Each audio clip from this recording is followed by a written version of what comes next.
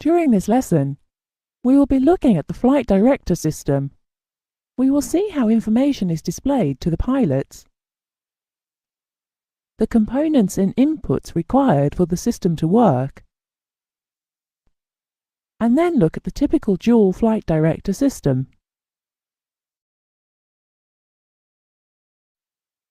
The flight director system was originally designed to reduce a pilot's workload during the busy approach phase.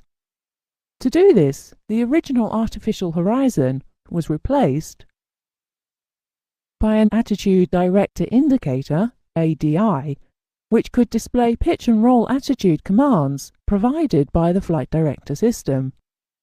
This helped reduce the number of instruments a pilot needed to scan during the approach.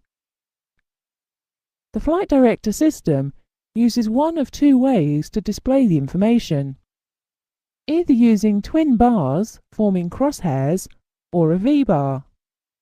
Both demand pitch and/or roll inputs from either the pilot or the autopilot.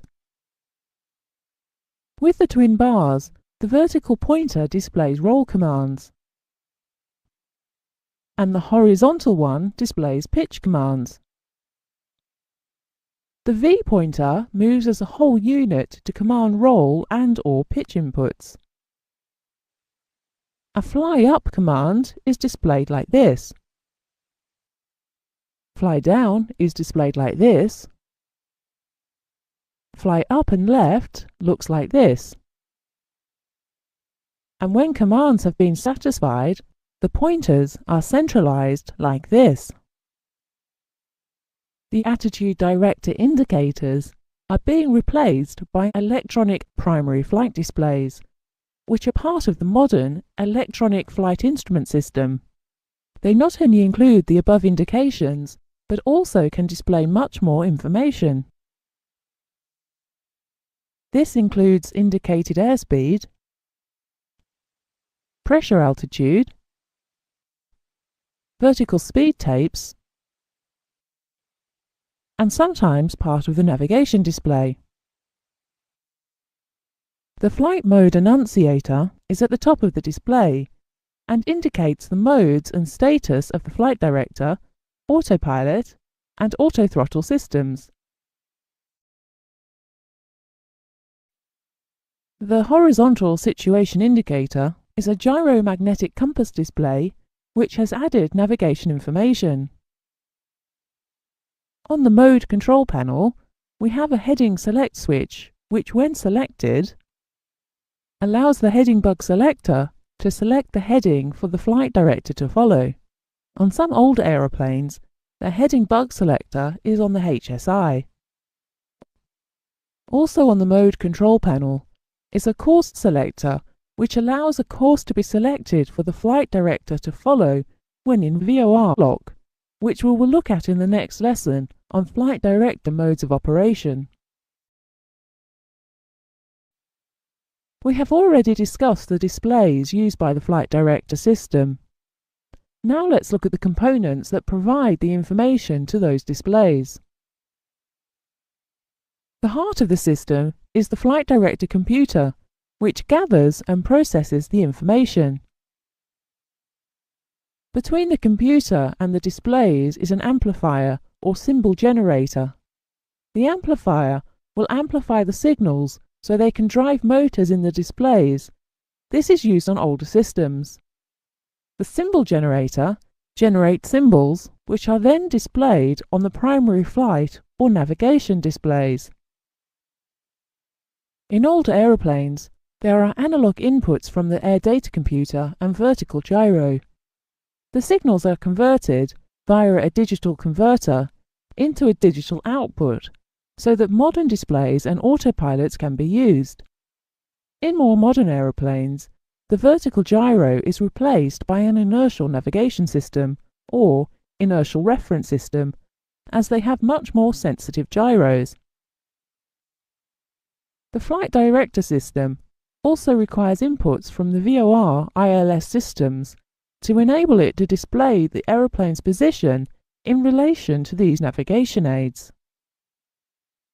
The flight director also needs to know the aeroplane's height above ground, and therefore has an input from the radio altimeter.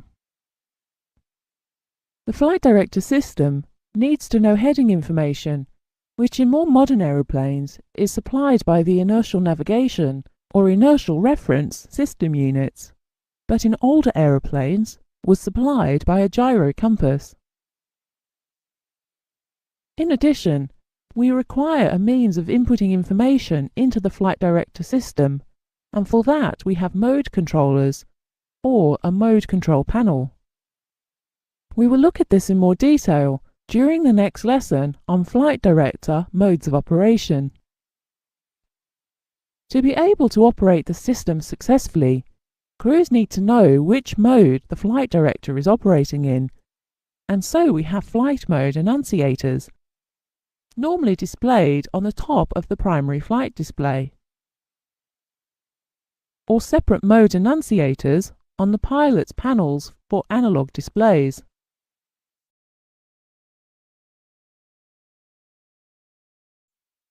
We will take a closer look at the flight mode annunciators. These are vital to indicate to pilots the modes of operation of the flight directors and autopilot in roll and pitch, as well as the autothrottle mode and status of the autopilot, including automatic landing capacity. On older generation aeroplanes, the indicators turn amber when the system is armed, and green when the mode has been captured. With an aeroplane equipped with a primary flight display, armed modes are displayed in white and shown on the second line. When the system has captured the mode selected, it changes to green, moves to the top line of the display, and for 10 seconds has a green box around it.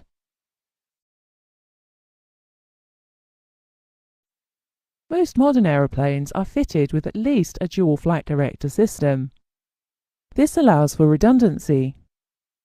The systems are also compared by a flight director comparator. The flight director comparator compares the output from both flight directors, and if a difference is found, the flight director bars will be removed, and the crew will then have to rely on raw data. When both flight directors are being used without the autopilot, then the one that was selected first becomes the master. This is indicated on the mode control panel. The flight director modes selected are controlled by the master flight director and are displayed on both primary flight display flight mode annunciators.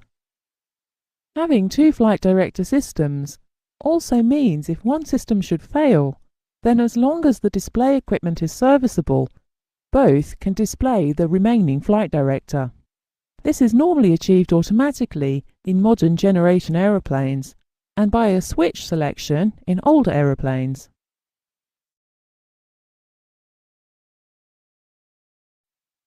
Flight director system failure indications are normally shown by flags primarily on the attitude director indicator or the primary flight display. Failures of the flight director computer, instrument amplifier, or the attitude direction indicator itself are displayed as an attitude or flight director flag. There are also failures of glide slope information, which are indicated by a red glide slope flag. Poor reception or loss of navigation information can be displayed in many ways. During this lesson, you have learned about the different types of displays and the main components of a flight director system.